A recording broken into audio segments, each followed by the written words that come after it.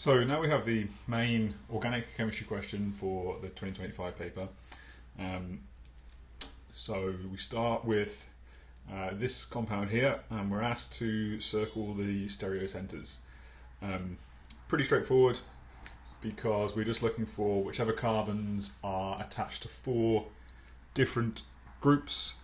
So it should be fairly clear that this one is four different groups. Obviously, it's difficult to tell maybe a little bit on the ring, but you can see that if you go this way around the ring, it's 1, 2, 3 carbons before you get to this branch, whereas here it's 1, 2 carbons. Likewise here, if you go this way around the ring, it's very different from this way around the ring. So that's our first one. That's our second one. Again, this isn't a ring, but this side of the ring has got a double bond. And the last one is going to be this one. Again, I've got a hydrogen, I've got the branch coming off the ring, and then the two different ways around the ring don't give me the same thing. Okay, all of the centers, carbon centers there are either sp2 rather than sp3 hybridized, in which case they've got 3 groups, so they can't be stereocenters, or they've got, say, 2 hydrogens, 2 hydrogens, 3 hydrogens, 2 hydrogens, 2 hydrogens, 2 hydrogens. So none of those are going to be stereocenters. Then we have the first of the synthetic routes. Okay, so we are asked to find A, B, C, and intermediate D. All right. Starting off, we are given very helpfully the molecular formula for A. So the most obvious first step is for us to calculate the molecular formula of the starting material. So I've got 6 carbons in my ring, 7, 8, 9, 10, 11, 12, 13. So this is going to be C13. Then I count my hydrogens, 2, 4, 6, 8, and 3 is 13, 14, 15, 16, 17, 18, 19, 20. I think I might have done that wrong. Let me just double check. 2, 4, 6, 8, 9, 10, 11, 12, 13, 14, 15, 16, 17, 18. Oh, I'm not sure what I did first time, but H18 is what I'm after, and N2O. Fairly obvious for the remainders there. So you can see that the number of carbons doesn't change, 13, 13. The number of hydrogens has gone up by 2. I get rid of my nitrogens, and I add 4 oxygens. So it's obviously going to be these nitrogen groups here, they're going to change. I'm going to get rid of those because my nitrogen's coming off, and then I'm going to have to add 4 oxygens and 2 hydrogens. So probably it's going to be converting this C triple bond N into that. Alright, so what I've done is I've taken off a nitrogen, I've added 2 oxygens and 1 hydrogen. And if I look over here, that kind of makes sense. So you always want to sort of look forward wherever you can, because nothing about the ring, the carbonyl or the methyl group has changed. I've still got 1, 2, 3 carbons in this side chain, 1, 2, 3 carbons, and then I've got a double bond O and then like an ester group here. So that looks pretty good to me. So let's go ahead, put that in.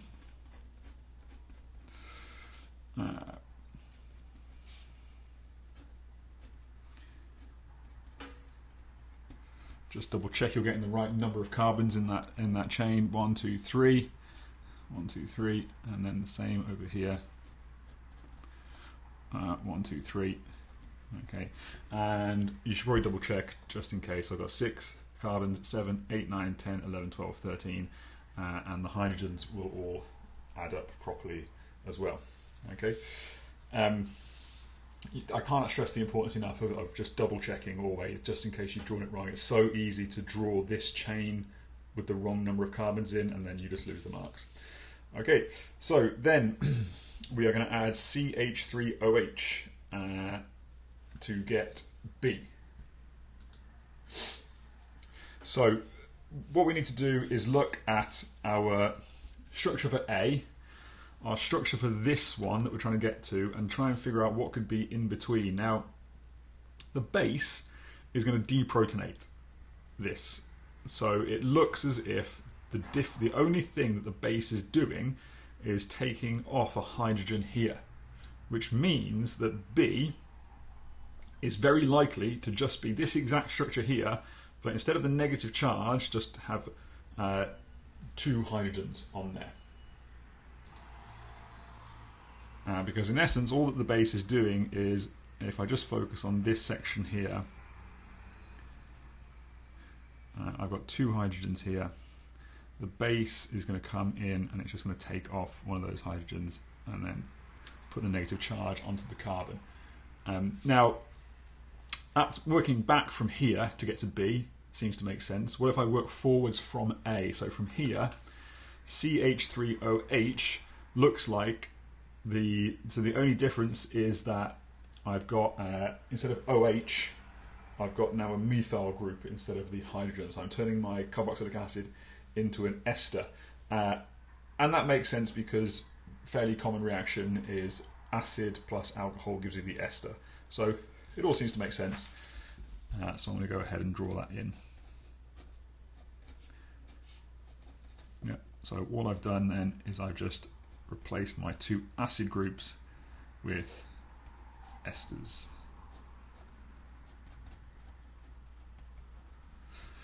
Okay, so far so good. Let's look at C. So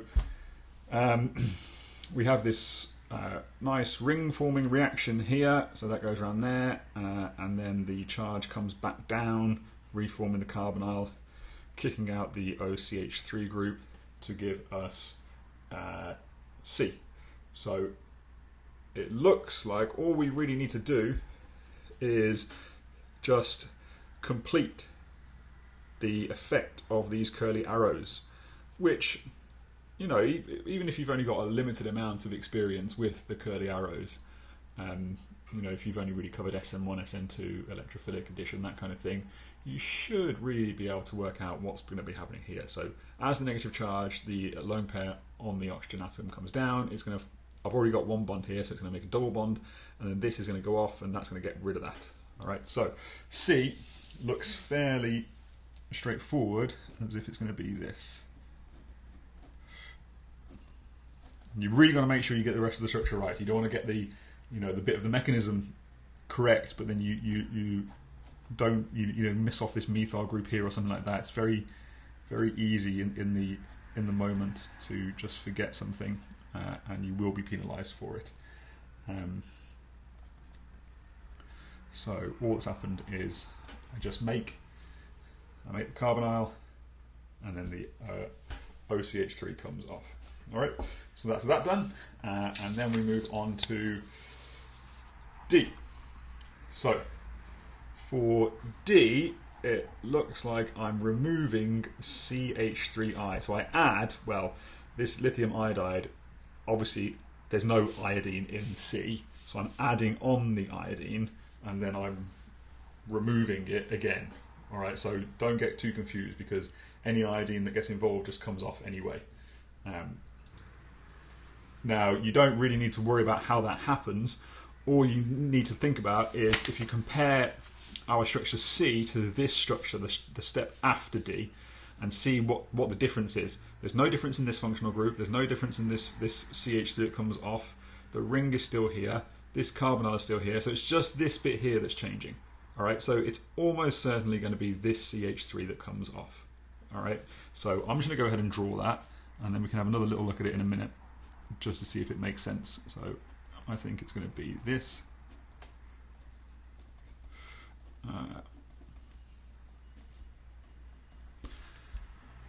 Okay, and then if you look to go from D, the thing that I've just drawn, this thing here, to this next step, I remove carbon dioxide. And what that's going to be is going to be this carbon, these 2 oxygens, and this hydrogen here, well, that's going to end up being, because I need to put another hydrogen back onto this ring when I remove the carbon. So the net removal, even though this hydrogen is going to be doing something different, the net removal is just going to be C and 2 oxygens, and then you can just imagine this hydrogen then being bonded to the ring where this branch comes off anyway. So it looks like we are good to go. Now, what's perhaps a little bit odd about this is, for this question, there are then 2 subsequent steps. Now, I think this is a little bit unusual that they wouldn't ask you, that they would give you additional steps and not ask you any questions about it. And it is intentional, because later on in the question, both of these steps come up again, or these kind of steps. All right. So, if you've done a lot of these past papers, you'll recognise this as a Wittig reaction, where I'm turning my carbonyl into a double bond, carbon-carbon, and alkene.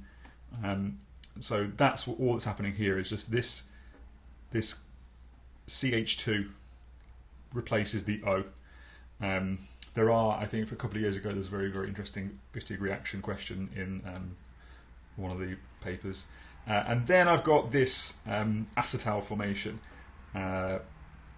But this is actually a 2-step process. So I am making the acetal by putting, so this carbon and this carbon are this carbon and this carbon. But also I've got this isomerization of the double bond. So this double bond here ends up over here. Now, both of those steps are going to come up later. So it's good to look out for them. Right. So the next part of the synthesis is shown. Compound E is formed by ozonolysis. Now, ozonolysis has also come up on the Olympiad before. So it seems like, I remember, I'd have to go and look it up specifically, but I remember that the ozonolysis that was in a previous paper had the general reactants and products given. So it sort of showed you a general reaction scheme along the lines of something like R prime, and then you do the ozonolysis, and it had that your products were then that plus that. Now, you've not been told that this time. It's almost as if they just expect you to know what an ozonolysis is. Perhaps they think that you should have read all the done all the past papers, or that you should just be familiar with this kind of reaction, or perhaps there's a way for us to work it out from the information given in the question. So let's have a look at this compound first, which is the one from the end of our last one. So we've got 6 carbons in the ring, 7, 8, 9, 10, 11, 12, 13, 14, 15. So it's a C15. Now, hydrogens, need to be careful counting these. 1, 2, 3, 4, 5, 6, 7, 8, 9, 10, 11, 12, 13, 14, 15, 16, 17, 18, 19, 20, 21, 22, 23, 24.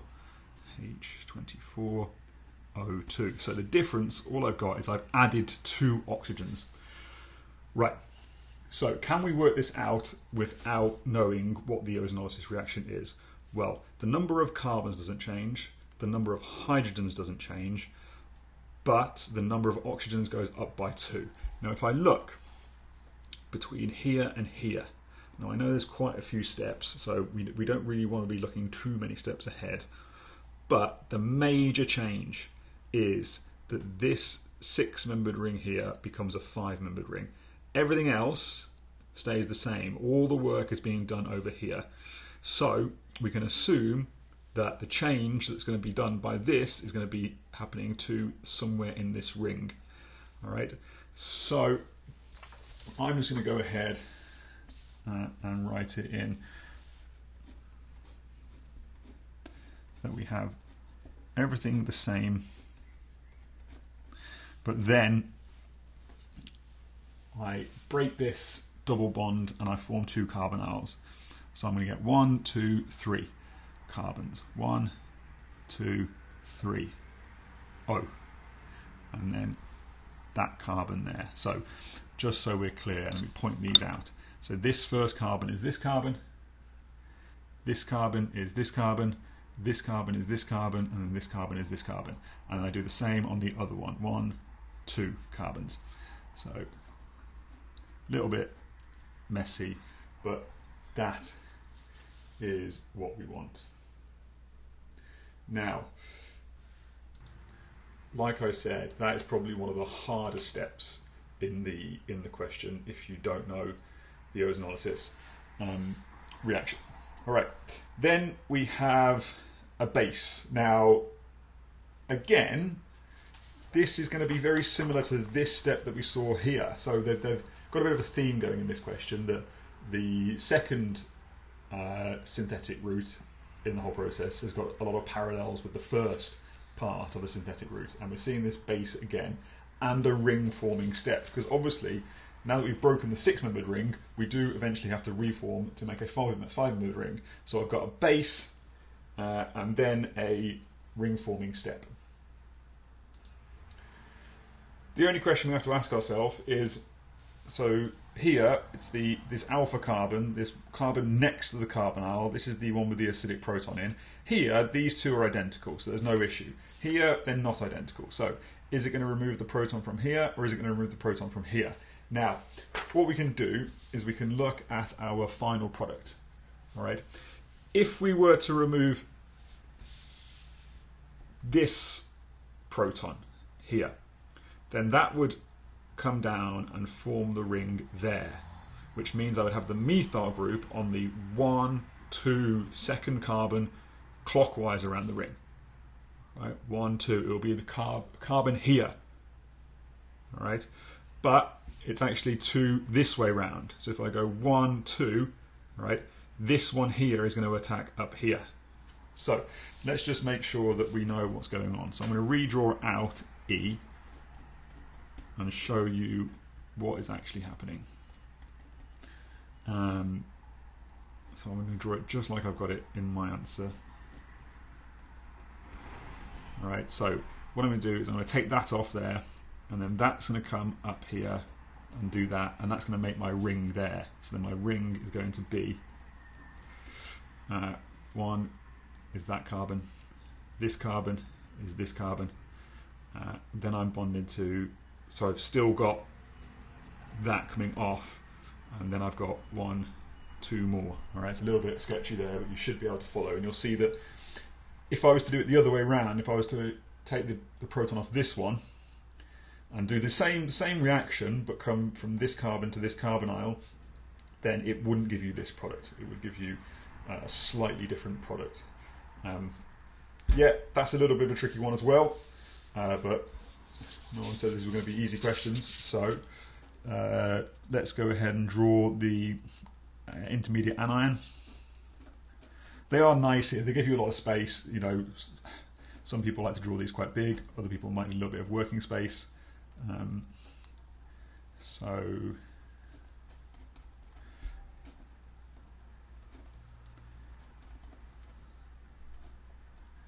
like that. Alright, so that's my anion. That comes up, does the ring forming to make G. So G, I can just go ahead and draw it out. So I'm just going to go ahead and draw G out. I'm just going to draw the product of this reaction here.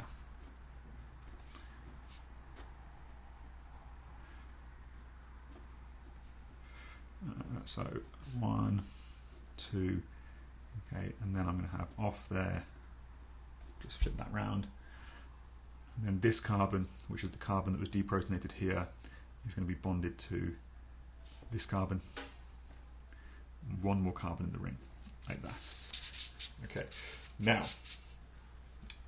at this point I then look at the molecular formula for G. That's probably the best way to approach this. So let's double check. Have I got 15? I know I don't need to worry about what happens to this oxygen here, because obviously it comes off because I've got my 1, 2, 3 oxygens.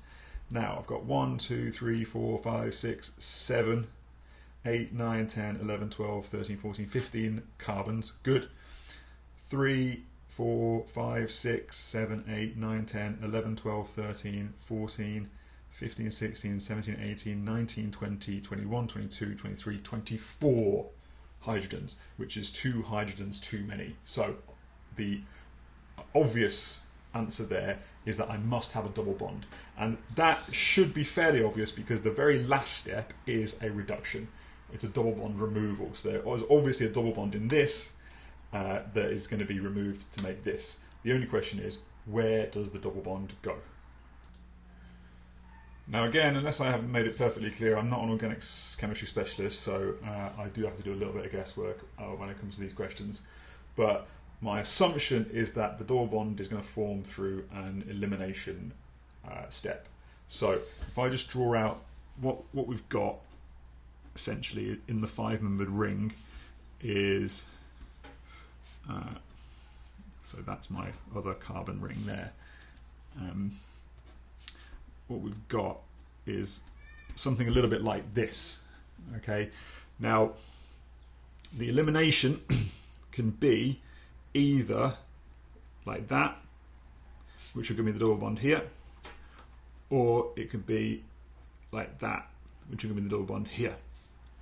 And my guess is that this proton here is going to, because it's more substituted, this is the one that's more likely to come off.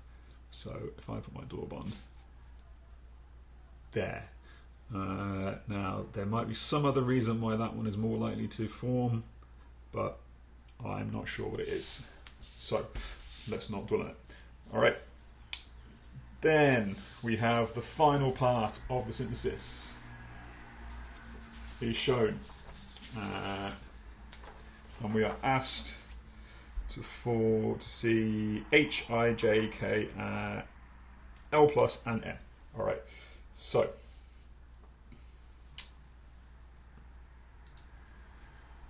again, whenever I'm given a molecular formula for one of my intermediates, like I'm given here, and here, that's going to be the sort of the main thing that I'm going to start with. So let's just work out the molecular formula of this.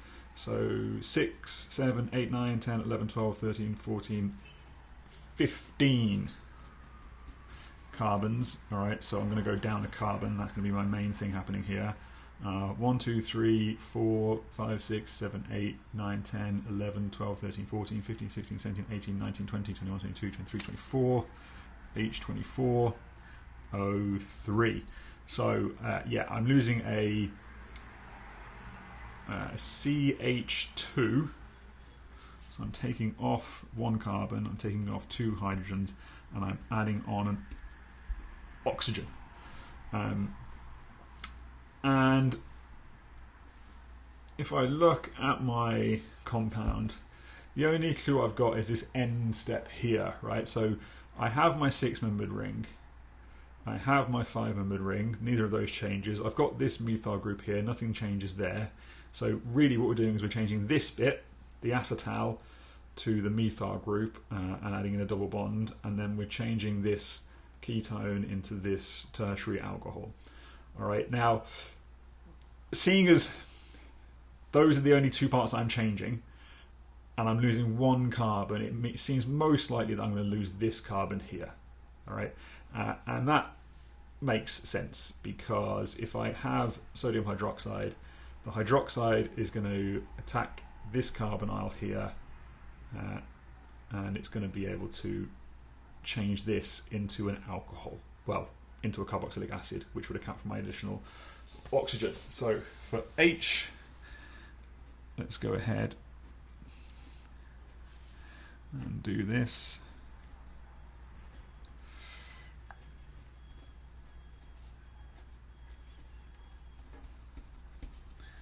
That gives me that. And then we have this fairly peculiar reaction where I add in this thing that has got nitrogen in it, but then I immediately lose the N2. So really all I'm doing is I'm adding on this CH2. So again, where is that most likely to happen? It's probably going to be happening down here. It's not a reaction that I'm very familiar with, but it seems like it's the most logical thing to go with. So I'm going to just do it and hope everything works out. Whoops, no. Oh dear. So I've removed the H, added on the CH2, and then the H goes on to make the CH3 again, so I get the net change is okay. I get that. All right. Then we add acid to get J. So this one is tricky because all I'm doing is adding acid. Now, again, if we go back to what I said at the start of this part of the question, it's this bit that we're changing and this bit that we're changing. Now, looking at the mark scheme for this is quite useful because they say that you might be tempted to do the hydrolysis, the acid hydrolysis of the ester, but, and this might be lost on some people, that wouldn't be useful because if I do the acid hydrolysis of the ester, I get the carboxylic acid back. And why would I? I've just turned H into I. If I do the hydrolysis here, I just turn I straight back into H. So I must be changing this part of the compound instead. All right, and acid hydrolysis of this is going to give me the carbonyl and the dialcohol. All right, so let me just draw it in.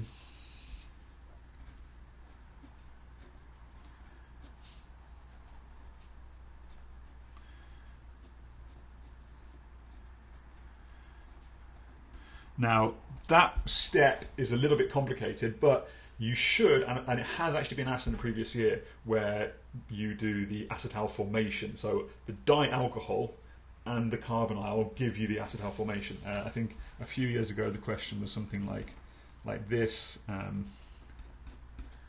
this, and you were asked to find what the product was. And if you do that reaction, you get this. So obviously the hydrolysis is going to give you the dialcohol back and the carbonyl. Again, tricky one, but that's why there's lots of marks available here. All right.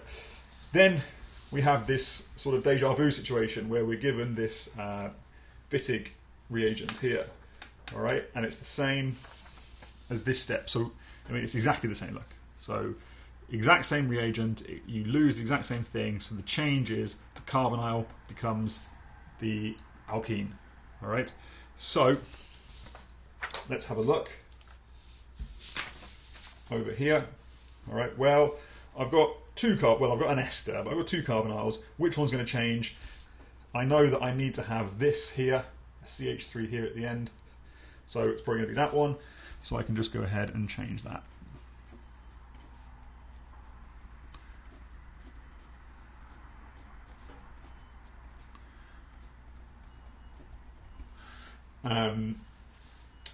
I feel like if you know that reaction that I have not indicated there, what am I talking about? I shouldn't have done that. If you know that reaction, it's very good. The likelihood that you are going to be able to look at this step and look at this step and see the similarity is adventurous, but I guess it's possible. Then we have this step. Okay, so we're forming this anion, and this is the same as this step. This not the acetal formation. So that top step there is the reaction I just discussed, but we're looking at this one down here with this tosyl group and the reflux, and that is making this alkene isomerize, so the double bond is in the ring. All right, so all that's going to happen is this double bond here is going to go in the ring. Now it could go here or it could go here, but obviously it can't go here because this carbon is bonded to 4 other carbons, so it must put this up here in the ring. All right. Or actually, no. Hold on. We've got to do the intermediate first. So the way this works is it's going to form. It's going to deprotonate, and it must. If it's going to form the double bond here, it must deprotonate here. So we're going to get that.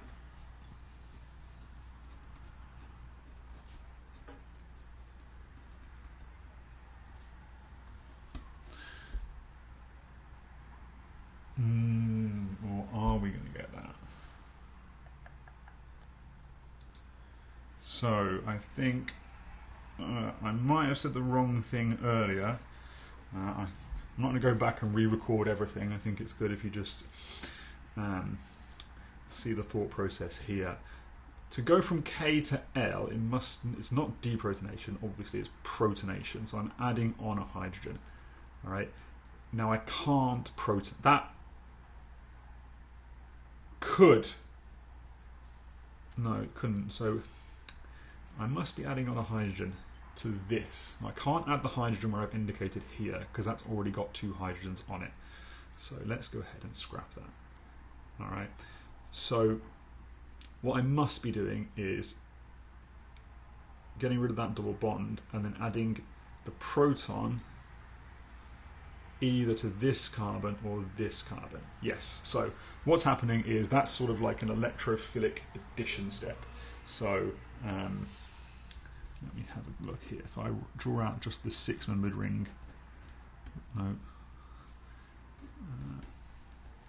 What's happening is that is adding the proton, and it's like just an electrophilic addition sort of Markovnikov question, isn't it? So it could either give me that or that. Now Markovnikov here would say that that is the most likely to form, and similarly, if it's this one that forms, then I can do the double bond formation like that, whereas if it's this one that forms, I can't do that step. It would have to be this step, which isn't going to work. All right, so it must be that it comes out up here. All right, so again, that question, little bit sketchy there. Sorry about that, but these are complicated processes. I try and do a little bit of preparation, but I don't like to do too much preparation. Otherwise, it comes across as being a lot more polished than it usually is. Then we have the last step, which let's have a look. We're going to have. That's the intermediate. Is it just as easy as forming the double bond? So I'm given the molecular formula of this. So if I work out the molecular formula of this one, I've got 1, 2, 3, 4, 5, 6, 7, 8, 9, 10, 11, 12, 13, 14. So I've got my 14 carbons. I've got my 2 oxygens, 1, 2 hydrogens, 1, 2, 3, 4, 5, 6, 7, 8, 9, 10, 11. 12, 13, 14, 15, 16, 17, 18, 19, 20, 21, 22, 23. And what I've got here is 22. So it's just this step that I drew out here. It's just this slightly smudged step there. So all I do then is that.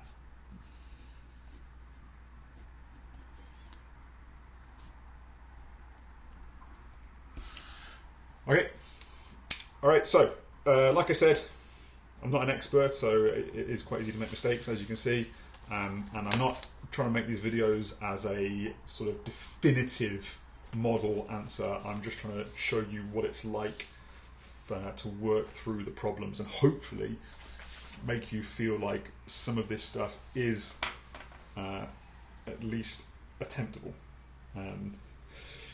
Here, I guess it would be useful just to look here, and you can see that what's going to happen is this is probably a Grignard reaction, so that's going to be, you're given 2 equivalents, because what you're doing is you have here the Grignard reagent, which is your sort of alkylation, and it adds on twice to here to give you these 2 methyl groups, which in another year they could have asked a lot about that as well. Anyway, hopefully that was useful.